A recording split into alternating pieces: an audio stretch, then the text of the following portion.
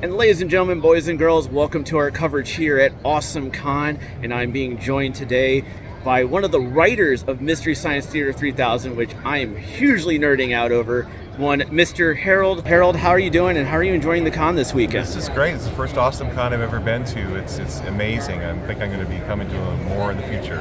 And obviously, I mentioned that you did Mystery Science Theater 3000. You also have your own comics and stuff like that you have here. You have a thing called Unpacking Peanuts. Why don't you give everyone a little bit of a background about yourself? Sure. Well, I'm the guy that brought Mystery Science Theater 3000 back with the host and creator Joel Hodgson in 2016.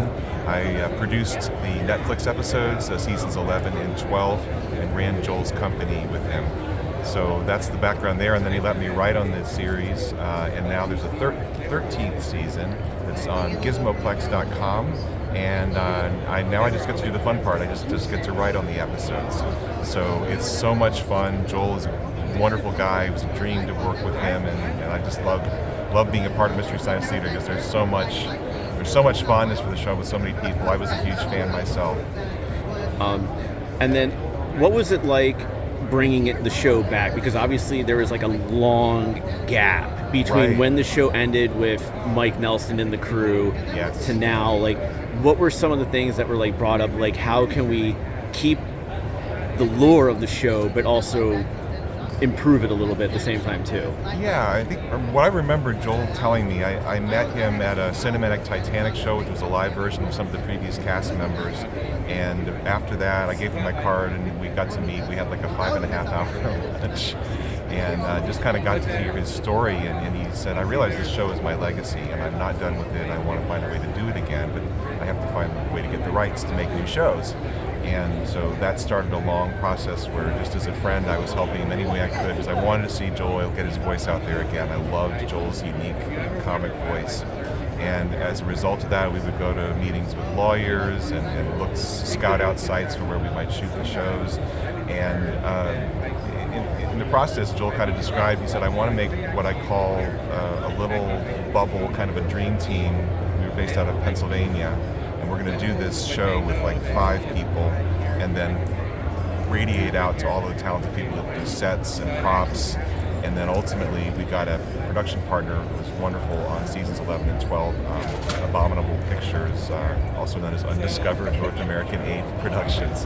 And they were kind of, my job was kind of, if you imagine building the St. Louis Arch and then they have to meet it in the middle at the top and you hope everything's going to match. My job was kind of take the Pennsylvania version with Joel and meet it with the crew that's going to shoot the show in Los Angeles, and hopefully all of our efforts would meet in the middle. So that's kind of what I was responsible for. Oh wow. And for like the show itself, like obviously you brought it to Netflix for 2 seasons. I mean, albeit the second season was called The Gauntlet for a reason because it was a much shorter season compared to the other ones. Right. Making fun of that whole binge watching. What was situation. it like working with Netflix in regards to that? Well, the head of Netflix, huge fan of Mystery Science Theater, so that was a big help. And he knew the show, he loved the show, and so super supportive to kind of take what we did, because the fans came out of the woodwork to crowdfund this, and that was the thing that gave Joel the authority to make the show he wanted, because he was the one telling the fans, I want to bring this back. And so that was a big deal for us, is to make sure that we created that bubble around Joel so that he could do exactly what he wanted to do with the show, within his capabilities. And Netflix was totally like, yeah, this is your thing. We're going to put out whatever it is you want to do. They gave us a little bit of advice, I think, for the second season. We shortened the episodes a little bit. We were just kind of trying to figure out how it works on Netflix. But other than that, I mean, they were just, they were amazing all the way through. Now, it's known that Joel isn't like a focus on those seasons. And what made him decide? And you're probably not. It's probably a better question for Joel, but I don't know if I'll ever get to meet him. I heard it plenty from him. He was so much. But what made him decide to keep himself off screen, but then eventually in the Gizmoplex season come back on screen? Yeah, it's a great question. Joel, when he was looking back on this again, he said, this is my legacy. I'd like it to live on beyond myself. It's kind of a proof of concept. I want to show that this show is not just about the personalities, but it's about the overall concept of something that can go live on beyond me. And he wanted to prove that, I think. When he started with all the guys, most of them were in their 30s, so he thought, well, why don't, instead of having older guys doing the show, if I'm in the jumpsuit, I say, I don't want to just be a nostalgia show. I want new people to discover the show. I want to have HD movies and full color widescreen. TVs are different than they were in the 90s, back in the cable days. And so he made the show that he wanted to make, and he wanted to bring up new talent. That and a lot of those people cut their teeth on Mystery Science Theater themselves, so there's a lot of love there. And that was the idea.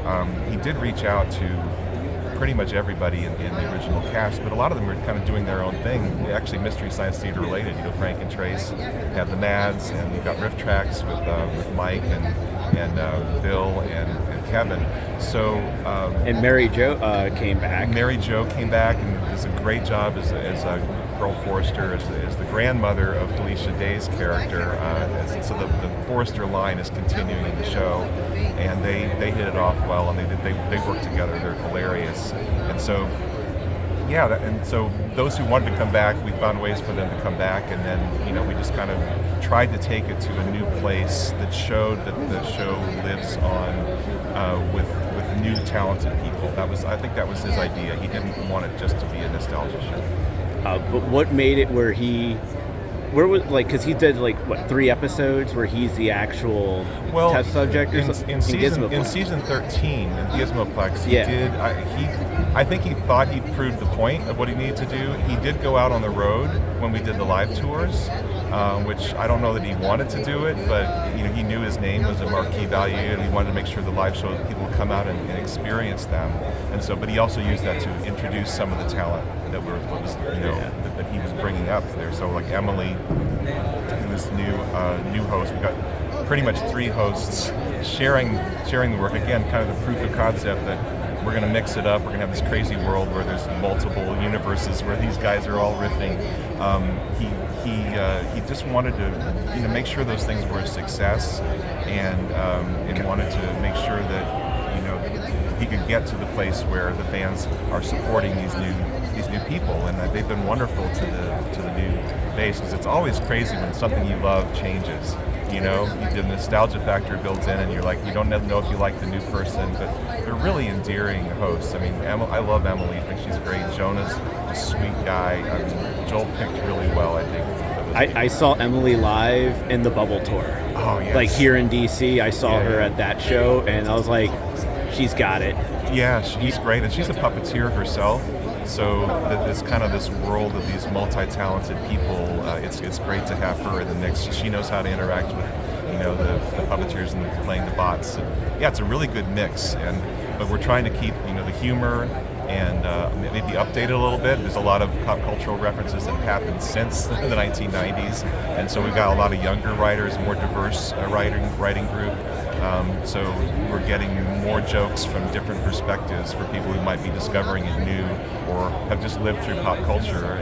And I'm the guy that what seems to be pop culture ends in 1990. So my riffs sound like the classic show, but there's some really fresh stuff as well. So we kind of mix it all together and make a unique show out of it. Now, we could talk about Mystery Science Theater 3000 forever. Oh yeah. But you have other stuff here on your table that you, how would you like? What else do you work on? And sure, do a little promotion. So I do a series that's on Instagram. It's called Sweetest Beasts. It's about a little lion who thinks he's the king of the beasts, but he's only about 1.5 feet tall. So it's a comic thing written in the style of, I'd say, Peanuts. So what I say is it's a family book. There's no such thing as a family book, but I want there to be a family book, because there's family movies, there's family television, and basically that means adults and children are going to enjoy it together. They're going to get different levels, just like Peanuts, Schultz wrote for adults, not for kids. But as a kid, I totally related to the children in that strip. And so I wanted to create that same sense where if you're going to sit down and read, even with a 2-year-old, the adult's going to be getting humor, and someone's going to go over the head of the child. But that's what childhood's all about, is you experience life and stuff's always going over your head, but it doesn't keep you from enjoying whatever you're doing. And we were talking about Charles Schulz, you Yes. know, because like obviously I mentioned about my grandfather. We still have a lot of the stuff that he had, like the Snoopy shrine that he had after his passing. Like, what would you say was probably the biggest impact that he had on you as a creator? Well, yeah, I was hugely into Peanuts as a little kid. All the little Fawcett Crest paperbacks that they used to have. At 7 years old, I collected them, read them, and reread them. And I'm amazed. I'm just amazed the impact that Schulz had on me and the rest of the culture. I'm not alone, obviously. I mean, just the beats, the style of humor, the art style.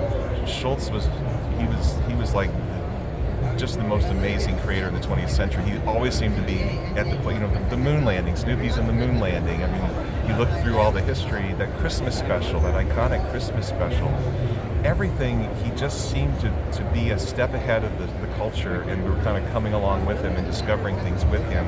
That was my experience. So when I started doing my own books, I totally see the beats of Charles Schulz's humor, and I see it in a lot of other creators' work as well.